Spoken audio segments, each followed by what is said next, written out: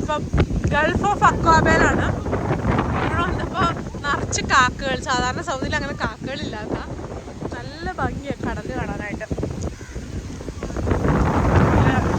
ഭംഗിയുള്ള കടൽ. ഇതാണ് ഗൾഫ് ഓഫ് അക്വാബ. പിന്നെ നമ്മളിപ്പോൾ നിൽക്കുന്നത് സൗദി അറേബ്യ, ഇച്ചിരി പോകുമ്പോൾ ജോർദാൻ, നേരെ മുമ്പിലുള്ളത് ഇസ്രായേൽ. ആ സൈഡിലേക്ക് കുറേ പോകണം, കയറും.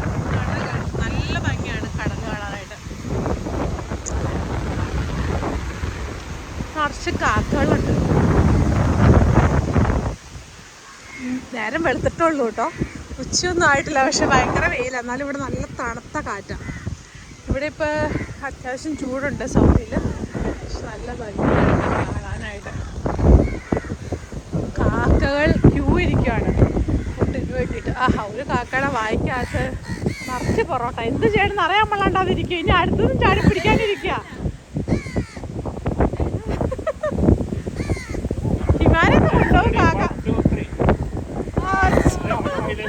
ചാടി പിടിച്ചു, ചാടി പിടിക്കുന്നു. കാക്ക പട്ടികളെക്കാളും കഷ്ടാ. നെൽറ്റാണ് തമ്മിച്ചില്ല. ഞാനത് കൊണ്ടുപോയി. അങ്ങനെ കാക്ക വിശേഷം ഇവിടെ അവസാനിക്കാൻ പോകുന്നു. ആട്ട പിടിച്ചു.